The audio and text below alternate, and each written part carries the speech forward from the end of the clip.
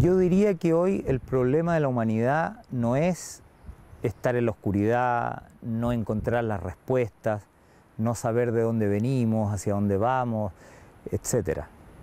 Yo creo que hoy en día las respuestas están. Por ejemplo, en un curso de milagros, donde se nos responde claramente quiénes somos, por qué estamos aquí, hacia dónde vamos y especialmente cómo podemos liberarnos de las ataduras de este mundo para alcanzar la paz, la felicidad, la armonía y, en definitiva, volver a la fuente. Entonces, el problema hoy de la humanidad es distinto, es un problema de voluntad.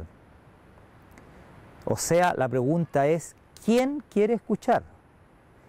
¿Quién quiere realmente liberarse de este mundo? La mayoría de las personas anda en busca de la felicidad, el amor, la paz y la abundancia.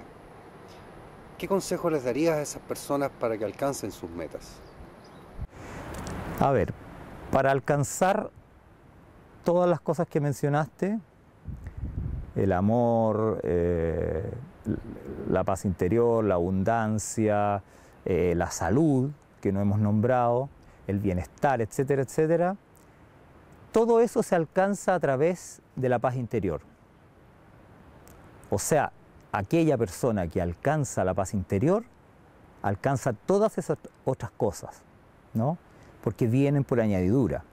Al estar en paz en tu interior, tú dejas que entren todas esas cosas positivas que habías estado rechazando sin darte cuenta.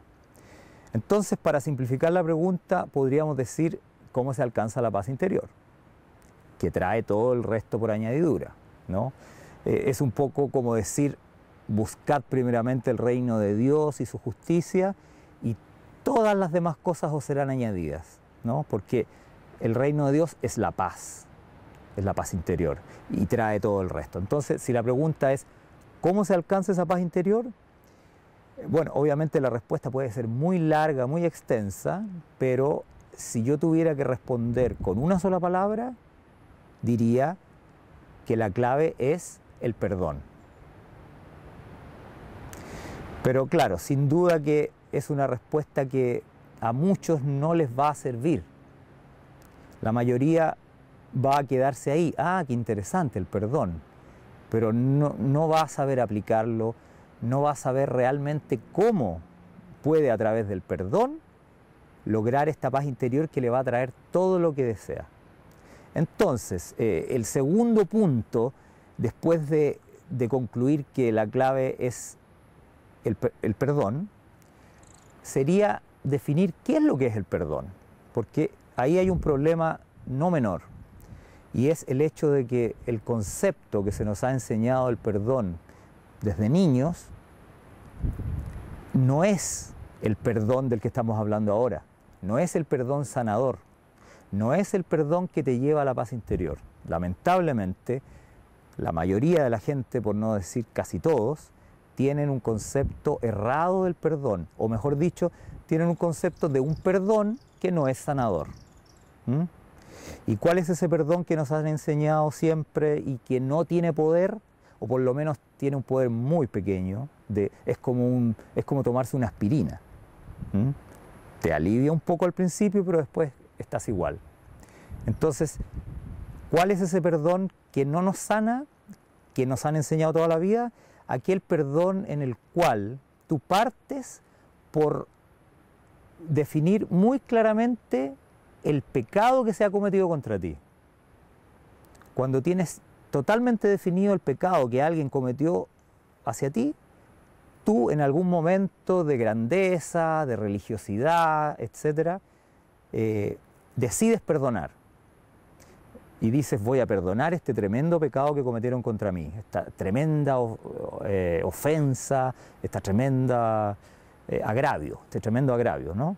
Y entonces tú, quizás porque te sientes superior, porque te sientes magnánimo, porque te sientes, qué sé yo, más religioso, más espiritual, entonces tú desde allá arriba perdonas a este pecador que está allá abajo. Y ese perdón no es sanador porque te separa, te eleva a ti y baja a tu hermano, a la persona que estás perdonando. Y además no es sanador porque es un perdón que ve la realidad del pecado. O sea, transforma el pecado en algo real. Y en último término, el pecado no es real. El pecado está en nuestra mente. El pecado es algo que nosotros construimos en nuestra conciencia, ¿no? Entonces, cuando partimos por tener súper claro la ofensa que se ha cometido sobre nosotros, el pecado, etc., y eso conlleva un juicio muy duro hacia tu hermano. Y después tú pretendes perdonar, cuando ya lo hiciste real, cuando ya dijiste esto ocurrió y es verdad y realmente se me hizo daño. Y ahora yo, con todo, digamos, con toda la elevación de mi espíritu, etc., perdono todo este mal terrible que me han hecho. Entonces, ese perdón, ¿por qué no tiene poder? ¿Por qué no es sanador? ¿Y por qué no te lleva a la paz interior? Porque comienza por hacer real el pecado, real la ofensa, y después supuestamente perdona. Pero si ya lo hiciste real, no puedes perdonar. El pecado, si fuese real, si realmente hubiesen cometido un tremendo agravio contra ti, un tremendo daño y perjuicio y un pecado en sí mismo, tú no lo podrías perdonar, porque tú no puedes pasar por alto la verdad, no puedes pasar por alto la realidad. Perdonar la realidad es un absurdo. O sea, por eso el concepto que se nos ha enseñado el perdón no tiene ningún poder y no sirve para llevarte a la paz interior. Entonces, ahora veamos cuál es el verdadero perdón, digamos, no el verdadero, porque alguien puede decir, bueno, el otro es tan válido como este, en fin. Pero ¿cuál es el perdón que sana? ¿Cuál es el perdón que te lleva a la paz interior? Y por ende a la salud, la paz, la armonía, la abundancia de todo lo que puedas necesitar, el amor, en fin, todo lo que uno anhela y necesita o desea, ¿ya? El verdadero perdón es aquel en el cual tú, habiendo percibido un agravio, habiendo percibido un daño, habiendo percibido lo que parece ser un pecado, tú decides ver la perfección de tu hermano. Decides ver a tu hermano tal como Dios lo creó, o sea, santo, inocente, eternamente, ¿no? Y aunque tu percepción te diga que han cometido un acto deleznable contra ti, tú dices, no, yo voy a ver a Cristo en mi hermano, no el pecado. No voy a ver a este monstruo que yo en mi mente he diseñado y he delineado y que yo creo que es verdad, creo que ese monstruo está ahí afuera, pero en realidad el monstruo está en mí, está en mi conciencia. Yo lo fabriqué en base a un par de hechos que observé y que percibí. Decidí crear esta figura del monstruo que ahora yo condeno. Entonces, el perdón que realmente nos sana y nos lleva a la paz interior y por ende a todo lo demás, es el perdón en el cual tú decides ver la santidad de tu hermano, decides ver a tu hermano, como decíamos antes, tal como Dios lo creó, y Dios lo creó santo. Dios te creó a ti y a tu hermano santos. Y todo el pecado que se ha puesto sobre ti, sobre los demás y sobre cualquier persona que haya existido, es un dibujo que está en la conciencia del que juzga. Por eso Jesús decía, no juzguéis. Primero porque no tenemos las herramientas, no podemos llegar a entender lo que vemos de una manera tan completa que podamos juzgar. Y además se nos da otra pista. Dice Jesús, no juzguéis para que no seáis juzgados. O sea, esta segunda parte es tremendamente importante y nos da a entender, yo diría bastante claramente, que cuando tú juzgas a tu hermano, inmediatamente te estás juzgando a ti mismo. Y en realidad es un juicio contra ti mismo. Por eso Jesús decía, no juzguéis para que no seáis juzgados. No es que haya un grupo de jueces esperando a que tú juzgues a tu hermano para que ese esa especie de comité te juzgue a ti. No, el mismo juicio que tú emites contra tu hermano es el que cae sobre ti. Porque en definitiva,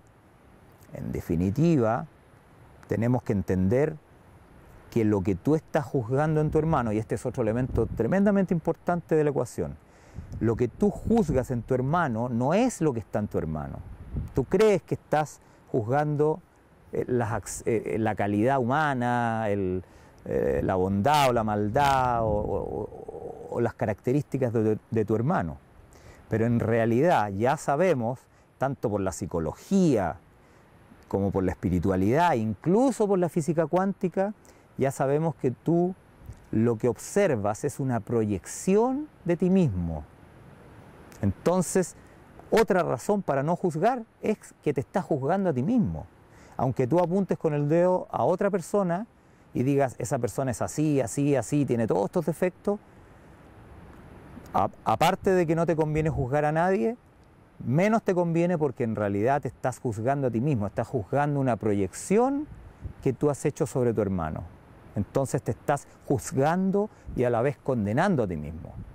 Y eso te lleva en el sentido contrario de la paz interior. Por lo tanto, te lleva en el sentido contrario de todo bien, de todo lo que tú deseas, amor, paz, felicidad, abundancia, salud, etc. Entonces, el juicio, ¿no? El juicio que tú emites contra tu hermano es realmente una autocondenación que te va a atrapar hasta el día que decidas perdonar, pero con este perdón del que hablamos antes, el perdón que pasa por alto el pecado, no el que lo hace real para después perdonarlo, sino que el perdón que ve la santidad en el hermano. Uno de los problemas más duros con los que se debe enfrentar la gente es la enfermedad. Nos resta energía, incluso en la búsqueda de la felicidad y de la plenitud. Es una limitación. ¿Qué consejos nos podrías dar para lidiar con la enfermedad? Bueno, la enfermedad hay que entenderla como una, se podría decir una agravación, o sea, se agrava, se intensifica lo mismo que hablábamos antes, el juicio, el no perdón, la autocondenación llega a un extremo tan potente que este juicio, esta autocondenación llega a manifestarse en el mundo material, en el mundo físico, o sea, en nuestro cuerpo. Porque tenemos que entender que el cuerpo es una proyección de la mente, el cuerpo es una manifestación de lo que hay en la conciencia. Entonces, cuando ya viene la enfermedad, es porque los juicios de condena se han hecho tan intensos y tan reiterativos que ya se ha somatizado en un cáncer o en cualquier otra enfermedad, ¿no? Entonces, la enfermedad es la manifestación extrema de la no paz, de decidirse por el juicio, por la condenación, sea hacia otro o hacia uno mismo. Al final es la misma cosa, ¿no? Ya lo hablamos antes, que el juicio que tú emites contra tu hermano es un juicio que emites contra algo que tú ves en tu interior y que proyectas sobre tu hermano, y ahí lo juzgas y lo condenas y deseas castigo para eso, ¿no? Entonces la enfermedad es lo mismo. La enfermedad es un juicio muy intenso, un juicio negativo sin duda, muy intenso y muy reiterativo que tú emites sobre alguien o sobre ti mismo o sobre Dios. Y cuando se hace tan intenso, se transforma en algo que llamamos enfermedad, que es nada más que la manifestación de lo intenso que ha sido en tu conciencia el juicio negativo hacia alguien o hacia ti mismo, la condena, que al final es una autocondenación. O sea, podemos decir que la enfermedad es una autocondenación, porque tú has permitido que en tu mente se concentren pensamientos negativos, pensamientos de juicio, pensamientos condenatorios hacia quien sea, hacia ti mismo, hacia los demás, es lo mismo, ¿no? pero tan intensos que se manifiestan en la enfermedad. Entonces, perfectamente podríamos decir que la enfermedad es un estado que no debería ocurrir. La enfermedad no es la solución de nada. La enfermedad en términos naturales, si tú vives una vida natural, tú jamás deberías enfermar, ¿no? La enfermedad es la manifestación de un desequilibrio tremendo en tu interior entre los juicios negativos y positivos. O sea, te has inclinado la balanza del juicio negativo tan fuertemente que se ha manifestado en tu cuerpo. Entonces, para terminar esto de la enfermedad, digamos que la enfermedad no es necesaria, la enfermedad no debería ocurrir, la enfermedad no es natural. Otro concepto que hay que sacarse de la mente y de la conciencia, porque se nos ha inculcado desde niños, es que la enfermedad es algo que Dios te manda, es un castigo o es una forma en la que Dios te quiere enseñar, te quiere corregir tu conducta. Todas esas cosas hay que sacarlas definitivamente de la mente, son digamos, dogmas y prejuicios ancestrales que lamentablemente han sido usados para controlar y manipular al ser humano. Entonces hay que sacar totalmente eso de la conciencia. Dios no tiene nada que ver con la enfermedad. A Dios jamás se le pasaría por la mente la enfermedad como método de sanación. Es absurdo, suena absurdo, ¿no? Y aunque le busquemos mil vueltas, la enfermedad no es de Dios, la enfermedad es del ego. Es nuestro ego el que nos enferma. Al separarnos de los demás a través de tanto juicio y tan intenso que llegamos a experimentar esta separación como algo muy real, ¿no? Como sentimos que estamos totalmente separados de los demás y que estamos solos, y eso nos enferma, porque es lo mismo, básicamente es lo mismo que ocurre en un cáncer. El cáncer comienza cuando una célula comienza a hacer lo que quiere, sin importarle la célula del lado, ¿no? Todas las células están creando aquella sustancia o están en una actividad que beneficia al cuerpo entero. Y de pronto una célula empieza a fabricar otro tipo de célula, comienza a hacer lo que se le da la gana sin importarle un rábano, digamos, lo que sus hermanos, lo que sus células hermanas están haciendo por el bien del cuerpo general. Entonces, ahí podemos ver que la enfermedad simplemente es un reflejo de una enfermedad mental. Toda enfermedad parte de la mente, o sea, es mental. Y cuando se hace demasiado intensa se manifiesta en el cuerpo. Y eso es lo que podríamos definir como enfermedad. Hay personas que se perciben a sí mismas como muy golpeadas por la vida, sin esperanzas. ¿Qué consejos se le puede dar a esas personas para que se reorienten en el camino, en la búsqueda de la paz interior? A ver, para comenzar yo diría que una persona que está totalmente, que ha perdido toda esperanza, no tiene esperanza, porque la ha perdido. Pero esto es algo, digamos, teórico. Uno dice, he perdido toda esperanza, pero en el fondo no es así. Siempre hay una chispa, siempre hay una luz en algún rincón de esperanza. Sin duda que hay momentos de depresión intensa en que sentimos que no hay ninguna esperanza y que no hay ninguna salida. Pero eso es un momento puntual, ¿no? Donde nuestra conciencia se ha comprimido, se ha cerrado de tal manera que no se ve ni siquiera un haz de luz que nos pueda guiar, no se ve esperanza alguna. Pero esa misma persona, quizás 1, 2, 3 días después, va a estar en un estado un poco menos negativo, ¿no? En un estado donde no está luchando con toda su fuerza contra la vida y contra la paz, y ahí se produce un rayo de luz, se produce una pequeña apertura hacia la esperanza. Y ahí es donde hay que digamos, jugársela, ¿no? Cuando has estado en la oscuridad absoluta por un periodo X y de pronto ves una pequeña luz, ahí está. Aférrate a esa luz, aférrate a esa esperanza. porque has llegado al estado de desesperanza por estar siempre eligiendo una visión negativa, siempre un juicio negativo, siempre eligiendo aquello que podríamos decir que te lleva hacia la muerte, que te lleva hacia la autoaniquilación.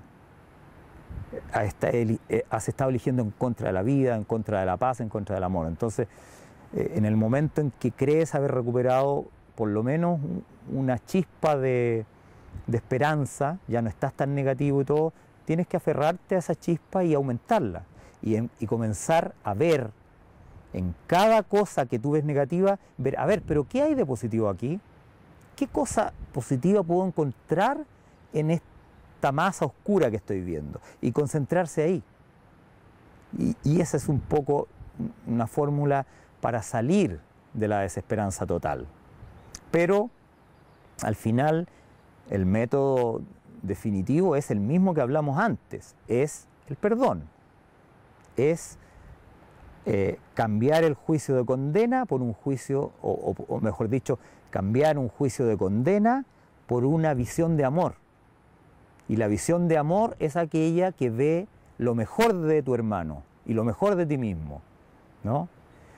Y entonces, por ese camino se puede ir saliendo de este laberinto oscuro. Para cerrar esta conversación, si tuvieras que darle un último consejo a las personas que están viendo esta entrevista, ¿qué les dirías? Yo le aconsejaría a la gente que quiere avanzar hacia la paz interior que aprendan a focalizar la atención de la conciencia, ¿no? Que aprendan a controlar y manejar este aspecto de la conciencia que es tremendamente poderoso, que es la atención. ¿En qué ponemos nuestra atención?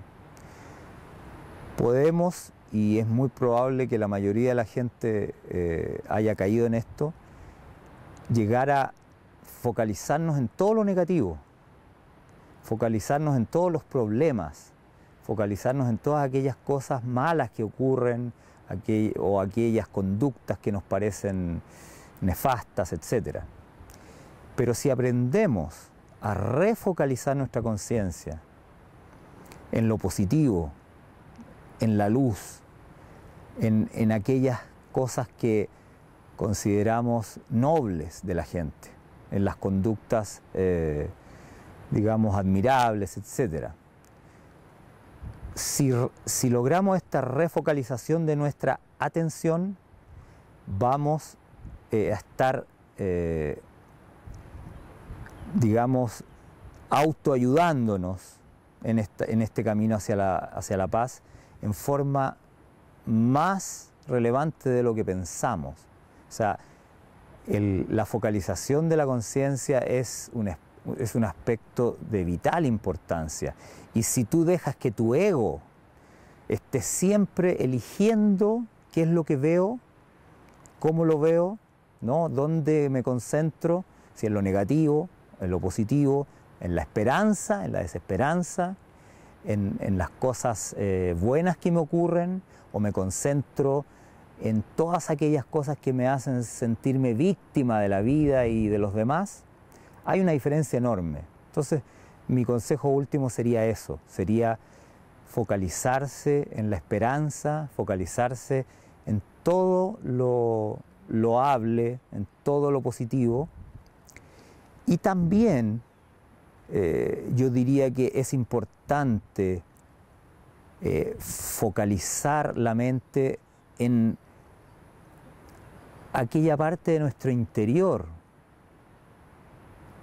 que pocas veces visitamos y que es ese lugar sagrado donde está la esperanza, ese lugar interior donde está el amor, ese lugar muy central de nuestra conciencia donde está la esperanza de una vida mejor, donde está la fe en Dios, donde está la fe en la humanidad, donde está esa otra parte que no se involucra con el día a día, con los afanes de la vida, con las noticias negativas que nos están bombardeando o con las actitudes negativas que a veces sentimos que están por todas partes, ¿no? Entonces, también mi consejo es aprender a entrar en nuestro interior, en ese centro de paz, ese centro sagrado, para allí encontrar la fuerza, la visión y la luz necesaria para andar este camino de, digamos, de la oscuridad a la luz, de la angustia a la paz, de la desesperanza a la esperanza, y que en definitiva nos va a ayudar a avanzar a esto que llamamos la paz interior, porque en la medida que avancemos hacia la paz interior, todo en nuestra vida va a ir mejorando, todo va a ir cambiando y vamos a darnos cuenta que entran a nuestra vida muchas más cosas positivas que antes, ¿no? Mientras más paz interior tengamos, mejor nos va a salir todo. Lo que llamamos suerte no es otra cosa que el ir liberándose de juicios, liberándose de juicios de condena, de juicios negativos, de visión negativa, de elegir la visión negativa de la vida por encima de la positiva, ¿no? Entonces, cuando vamos cambiando eso, cuando nos vamos despojando de toda esa negatividad, principalmente a través del perdón, como lo hemos dicho varias veces, pero el perdón sanador, ¿no? Entonces, a través del perdón, de perdonar, perdonar, perdonar, en un perdón de aceptación total, no en un perdón que juzga primero y que después perdona, sino en un perdón que ve la santidad del hermano, o sea, que elige ver a Cristo en cada hermano con el cual uno se topa, ¿no?